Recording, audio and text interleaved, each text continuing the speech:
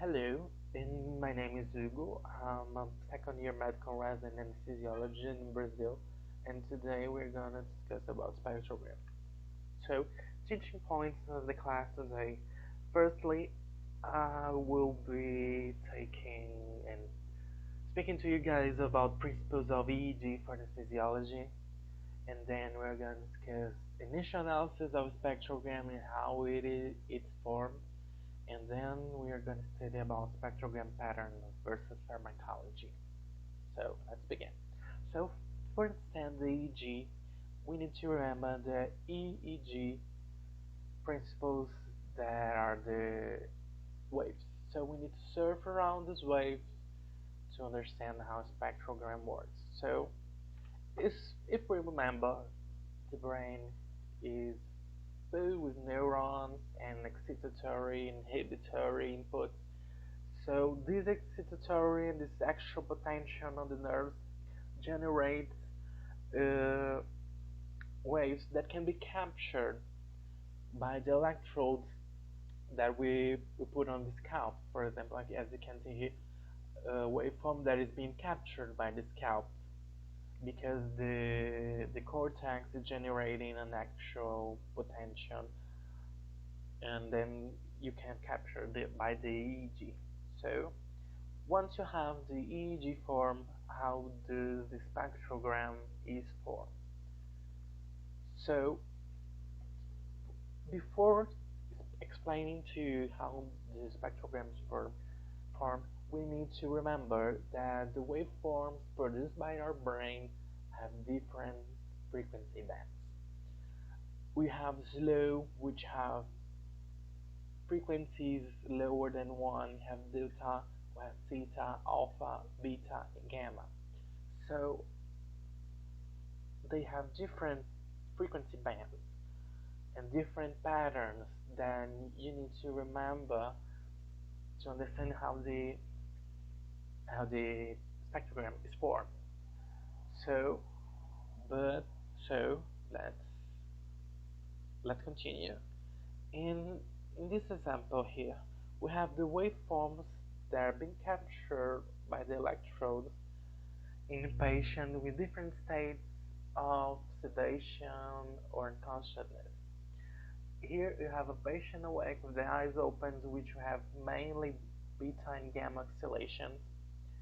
You have a acute patient in sedative stage with alpha and beta oscillations, and you have patient with unconsciousness at surgical level with low and alpha oscillations. But if at first glance you think that in the consciousness surgical level is the farthest you can go, but that's not actually true. If you take the patient to deeper state of anesthesia, you have we have some patterns such as burst suppression or even nasoelectricity, which are not beneficial for the patient, and that's why you don't want to achieve this kind of waveforms. Okay, so but these patterns here, as you can see, are formed by different patterns of frequencies. As you can see, a patient awake has beta and gamma oscillation. But how does the spectrogram apart them all? So, how spectrogram form?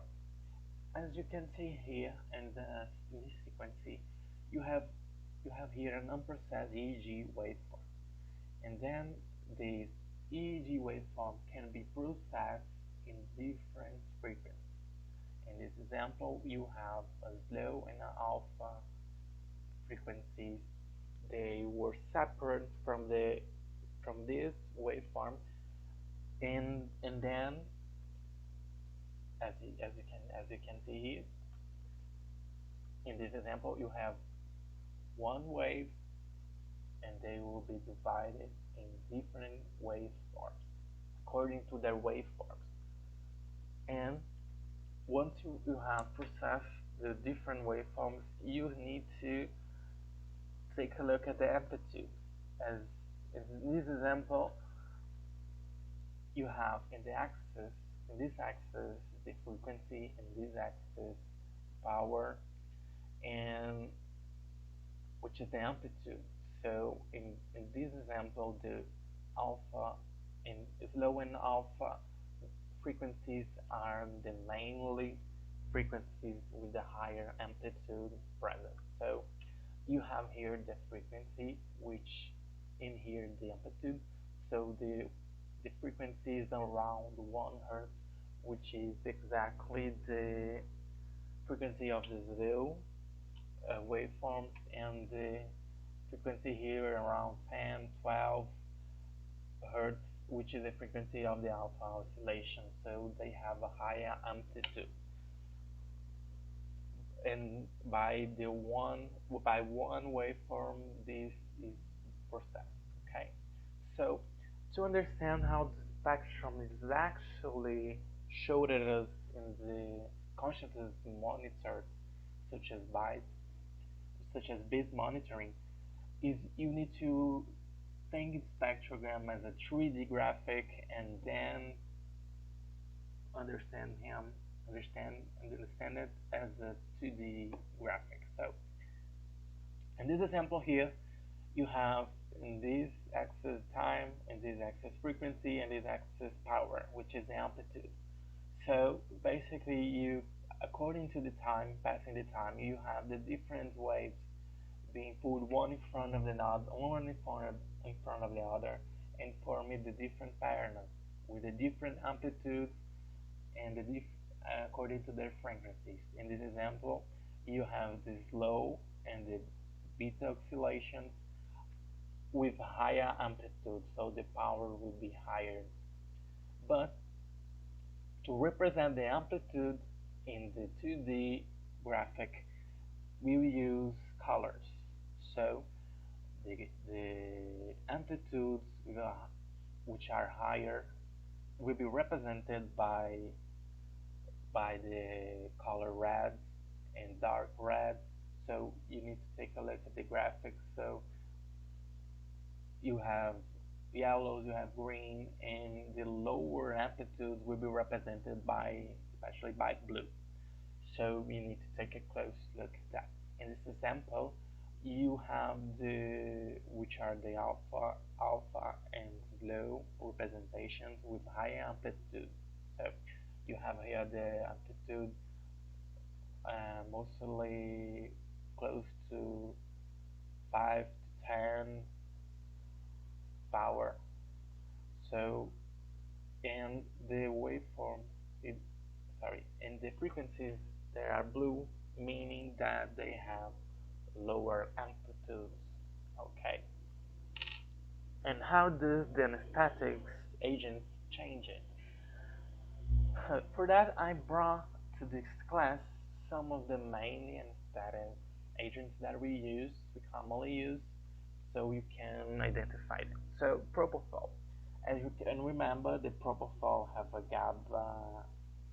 GABA mechanism, but in the spectrogram you see mainly slow delta and alpha oscillations as the markers of the propofol induced unconsciousness.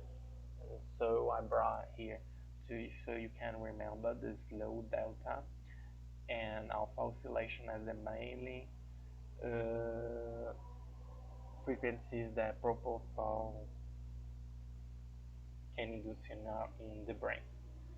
So you can see here a representation of an induction in a patient with propofol.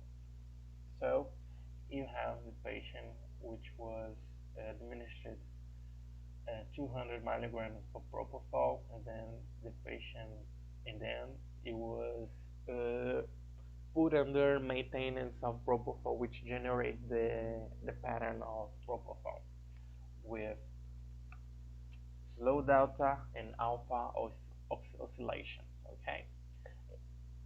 In this example here, you see a sequence of propofol boluses that put the patient under burst suppression. So as we saw earlier, this burst suppression mean that the patient was in a state of unconsciousness above, I mean not above, under the surgical level. So it was the patient was put in a state of unconsciousness deeper than you actually needed. But this burst suppression can be common when you use boluses because the concentration of the anesthetic and the in the plasma and the effects are higher than you actually are higher than when you have a maintenance of the use anesthetic. Okay. So now ketamine, ketamine, which is the with NMDA mechanism, you have mainly a pattern with beta gamma oscillations. So that means is if you have a patient with general anesthesia and ketamine is administered, you can have a pattern and you can sometimes think that the patient is being awake or the level of unconsciousness is not where it should be. So that's why you need to understand how the pattern of a spectrogram works. As you can see here, you have a patient under ketamine sedation with beta gamma oscillations with the higher amplitudes comparing to the other amplitudes. Okay. What about dexmedetomidine? Dexmedetomidine, contrary to the ketamine, they can put the patient in a state with delta and slow oscillation. So the slow delta put the patient with slow delta oscillation. But another pattern which can be present in the patients with using dexmedetomidine are the spindles. So you have a patient with low delta, slow and delta, and some spindles oscillations. These spindles oscillations are especially theta oscillations, and then can come and go. Sometimes they are not always present in the spectrogram of the patient. Okay. So what about sevoflurane? Sevoflurane have a pattern similar to the propofol. They have different patterns according to the concentration. So you have a propofol pattern, but the difference is according to the concentration of the sevoflurane, you have a theta waves. So if we can take a look at the propofol, once you have a slow and alpha oscillation pattern, slow delta and alpha oscillation pattern, the difference in sevoflurane is the higher the concentration of sevoflurane, you have theta waves. So you have the patterns of a propofol, but in between the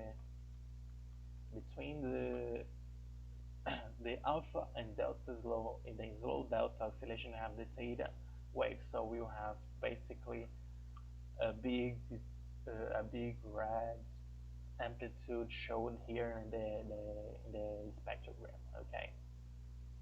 So these are the reference that I use. A clinical electroencephalography for anesthesiologists, which is part one, background and basic signatures. I recommend you guys to take a look to understand and to explore more about the physiology and the how the spectrogram is work. And I also use the Brazilian consensus of anesthetic staff monitoring. Okay, so thank you for taking this class, and I'll be available in the comments to take any questions you guys have.